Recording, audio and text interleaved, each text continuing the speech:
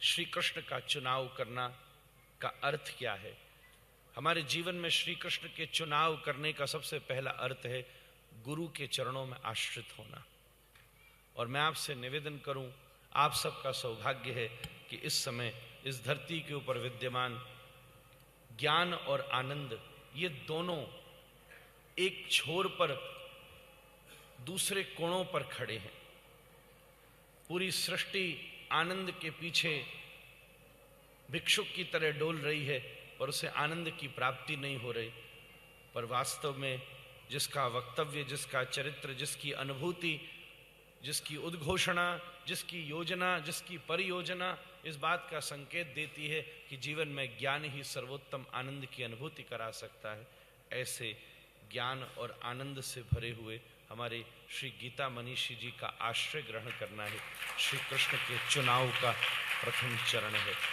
मैं अपने जीवन की धन्यता का अनुभव करता हूं कि महाराज जी ने इस बालक पर अपनी छत्र छाया रखकर आज कृपा करी है कि मुझे आपने कोई न कोई प्रेरणा देने से ही बात बनती है। हम लोग भी अपनी व्यवस्थाओं में इतने उलझे थे कि थोड़े दिन पहले पंचकुला चंडीगढ़ में चल रहे एक क्रम में महाराज जी से सहज दूरभाष पर वार्तालाप हुई और महाराज जी ने कुरुक्षेत्र का स्मरण दिलाया। कितनी सुंदर बात है, जब शरद पूर्णिमा होती है तो आप सबको वृंदावन का स्मरण दिलाते हैं, और जब गीता जयंती होती है तो हम सबको कुरुक्षेत्र का स्मरण दिलाते हैं। कहाँ का श्लोक है ये तो मुझे अभी नहीं मिला, पर कुरुक्षेत्र की महिमा में एक श्लोक मिला कि जहां पूरी धरती में इसके जैसा तीर्थ नहीं हो सकता, कि जहां कोई भी पुण्य कृत्य करते समय अगर विधि का भी पालन नहीं हो तो भी वो पुण्य कृत्य मोक्ष प्रदान कर सकता है। कुरुक्षेत्र को लेकर ये महिमा शास्त्रों में उल्लिखित है।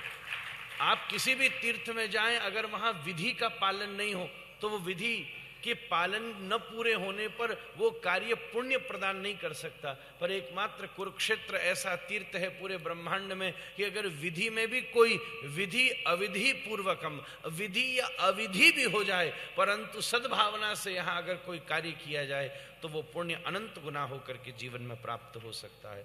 मैं अपनी इस वाक पुष्पांजलि, हृदय पुष्पांजलि, आभार पुष्पांजलि, उद्गार पुष्पांजलि, गीता जयंती की इस दिव्य छाया में उपस्थित होने वाले इस भव्यतम आयोजन और इस भव्यतम स्थान, इस भव्यतम शोध संस्थान में आकर अगर 2-4 दिन की दिनचर्या बताऊं तो बड़ा परिश्रांत था, पर यहाँ आते ही एकदम फ्रेश हो गया।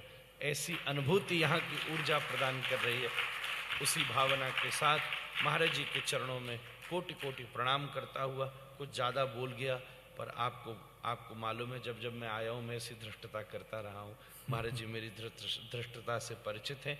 आप सबको प्रणाम करता रहूं, ब्रह्म सरोवर की स्पंदनों का अनुभव करता अपनी वाणी को राधा रमण के चरणों में प्रदान करता। हाँ, जितना भी बोले उसमें कारण ये सब भी है, क्योंकि ये सब इतने शांत होके बैठे हैं बिना हलचल के।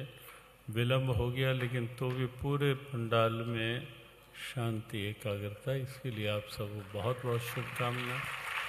बहुत सुंदर